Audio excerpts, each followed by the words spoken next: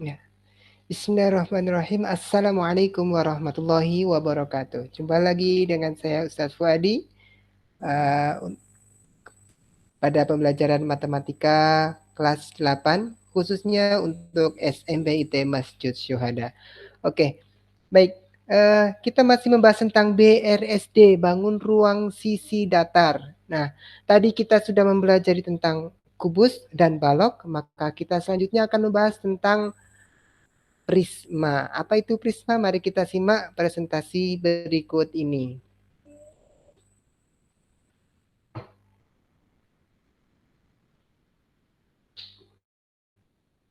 Ya, di sini sudah saya gambarkan ada suatu prisma, beberapa bangun yang modelnya adalah model prisma. Apa itu prisma? Ya, prisma merupakan bangun ruang yang dibatasi oleh dua bidang segi N sebagai sisi alas dan sisi tutup, serta N bidang persegi panjang sebagai sisi tegak. Oke, di sini huruf N yang ada, ya, huruf N yang ada ini di sini bisa kalian ganti dengan angka, ya. Misalnya segi bangun ruang yang dibatasi oleh dua bidang segitiga sebagai sisi alas dan sisi tutup, serta tiga bidang persegi panjang sebagai sisi tegak. Nah, penamaan sebuah prisma itu ditentukan oleh bentuk alasnya, ya. Jadi seperti itu. Ada alas dan tutupnya, dia misalnya bentuknya segitiga, maka disebut dengan prisma segitiga. Oke. Dan sisi-sisi yang lainnya yang sebagai pembatas lainnya adalah berupa persegi panjang. Maka bangun tersebut disebut dengan prisma, ya. Jika prismanya beralaskan segitiga, maka disebut prisma segitiga, sedangkan prisma yang bentuk alasnya segi delapan, maka disebut prisma segi delapan. Oke, penamaan alas dan tutup sama seperti tadi, ya, sama seperti penamaan-penamaan lainnya, meskipun dia kondisinya berada di sini, ya, dia tetap disebut dengan alas dan tutup, ya. Dan sedangkan persegi panjang lainnya disebut dengan sisi-sisi tegaknya. Seperti itu. Jadi kalau kita konteksnya membicarakan tentang prisma, maka yang menjadi alas itu adalah sisi segitiga atau segi limanya atau segi delapannya. Tetapi kalau kita melihat konteks pada suatu benda atau objek, misalnya tenda ini, ya, maka segi limanya itu adalah pintunya, ya kan? Segi limanya adalah pintunya. Sedangkan alasnya dan juga atapnya serta dindingnya itu adalah persegi panjang. Jadi bedakan konteks pada objek dengan konteks pada prisma, ya, bangun prisma tersebut. Nah, prisma itu ada prisma segi 3, segi 4, segi 5, segi 6, segi 7, segi 8, segi 9, dan seterusnya berdasarkan dari bentuk dari alasnya tadi. Nah, saya sebut tadi ada prisma tegak, ya. Misal contohnya prisma tegak segitiga, maka artinya dia alasnya adalah segitiga dan sisi-sisi tegaknya berbentuk persegi panjang. Nah, kenapa ada sebutan tegak? Berarti apakah ada yang bukan tegak? Ya, ada. Ada prisma yang tidak tegak. Kita sebut dengan prisma condong, ya. Prisma condong itu apa? Prisma yang sisi-sisinya selimutnya itu bukan berupa persegi panjang, tetapi berupa jajar genjang, ya, jajar genjang. Jadi semacam kayak kalau kalian punya rak, ya, rak buku, kemudian agak goyang-goyang itu, nah itu kan sudah menjadi bentuk suatu prisma yang doyong, condong. Nah itulah namanya prisma condong. Karena apa? Karena salah satu atau lebih dari satu sisi sisi selimutnya itu bukan berupa persegi panjang, tetapi jajar genjang. Nah, itu maka membentuk suatu prisma condong. Nah, adapun jika disebut dengan prisma segitiga tanpa menyebutkan embel-embel tegak atau condong, maka itu yang dimaksud adalah prisma tegak. Begitu ya. Oke. Kemudian Kita kembali ke tulisan berwarna merah pada slide ini. Setiap tulisan merah silakan kalian tuliskan di buku tulis dan jawabkah. Pertanyaannya adalah cobalah bandingkan banyaknya bidang sisi, rusuk, dan titik sudut yang dimiliki oleh setiap prisma di samping. Ini sebutannya triangular prism, square prism, rectangular prism, pentagonal prism, hexagonal prism, octagonal prism ya. Ada prisma segitiga, prisma persegi, prisma segi 4 atau persegi panjang, prisma segi 5, prisma segi 6, dan prisma segi 8. Ini adalah contoh-contoh gambar dari prisma. Sekarang kita akan menghitung banyaknya bidang sisi. Oke, kita tuliskan di sini ya, banyaknya bidang sisi. Oke, bidang sisi jumlahnya. Untuk triangular prism jumlahnya ada berapa? Kita hitung. Sisi alas dan tutupnya ada 2, kemudian sisi tegaknya ada 3, berarti ada 5. Oke.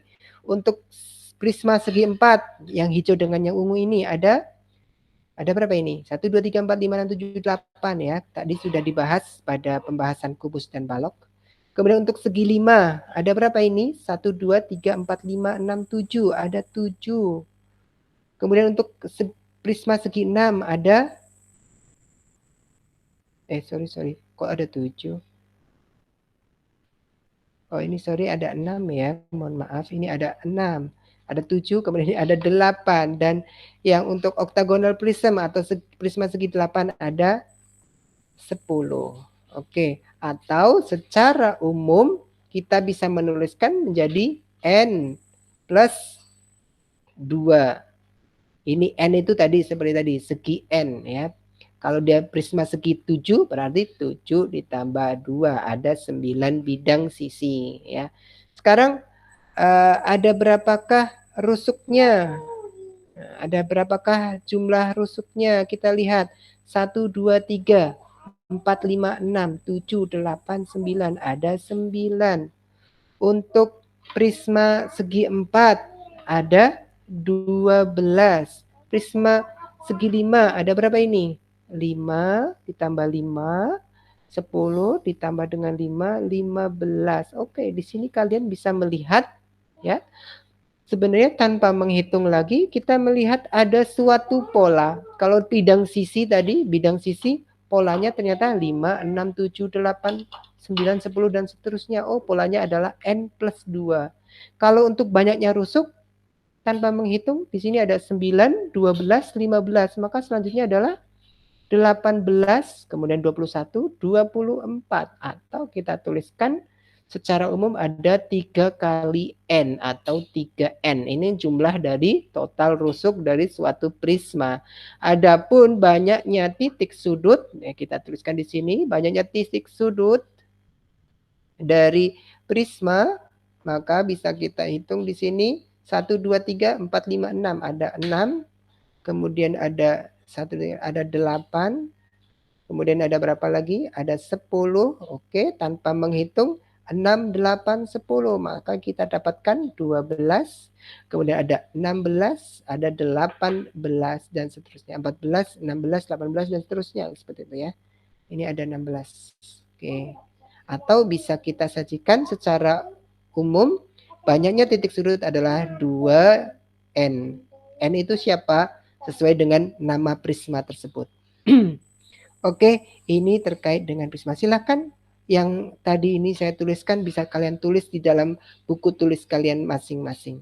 Oke, cukup. Baik, lanjut kita untuk terkait dengan jaring-jaring prisma. Oke, jaring-jaring prisma di sini ada jaring-jaring prisma segitiga. Kita lihat di sini alasnya bentuknya segitiga. Ada segi 4 ya, segi 4 di sini alasnya berupa trapesium ya. Trapesium kan segi 4. Kemudian ada segi 5, segi 6 dan segi 7. Ini adalah beberapa jaring-jaring prisma. Prisma nama prismanya berbeda. Oke. Pertanyaannya, berapakah banyaknya persegi panjang pada masing-masing prisma? Ada berapa coba? Ya, persegi panjangnya kalau kita lihat di sini. Untuk prisma segitiga rupanya ada 3 ya.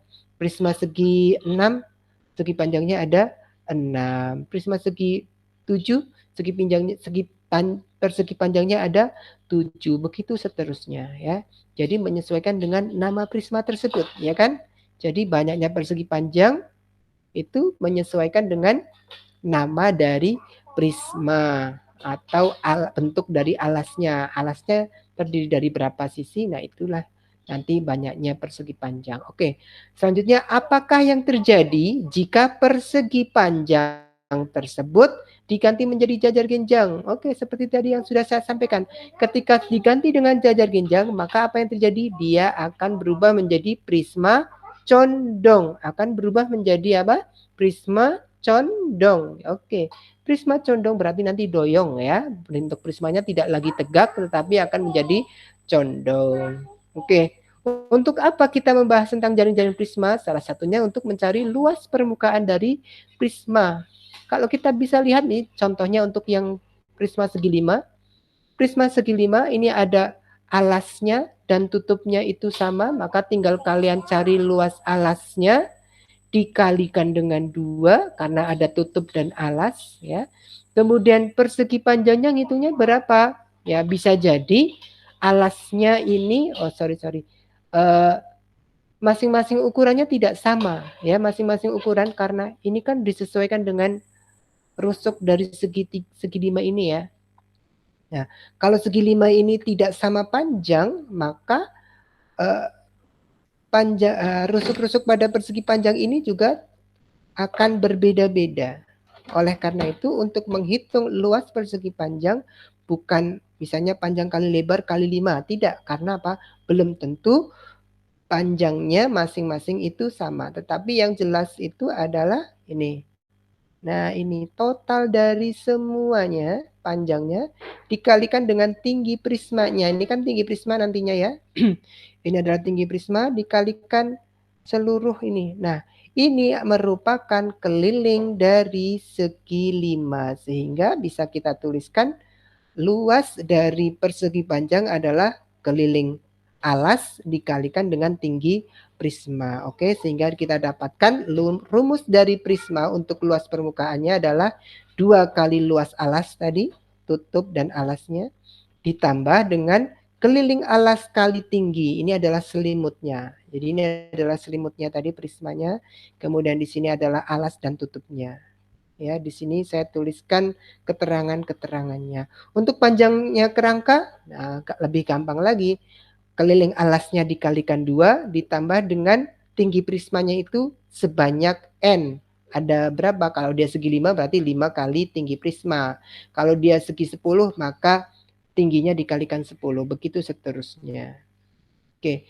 Selanjutnya volume prisma. Volume prisma atau isi prisma dirumuskan dengan luas alas kali tinggi. Oke.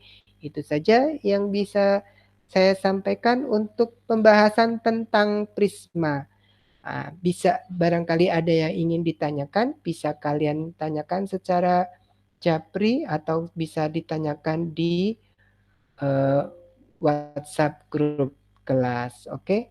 Demikian dan terima kasih. Oke, Assalamualaikum warahmatullahi wabarakatuh.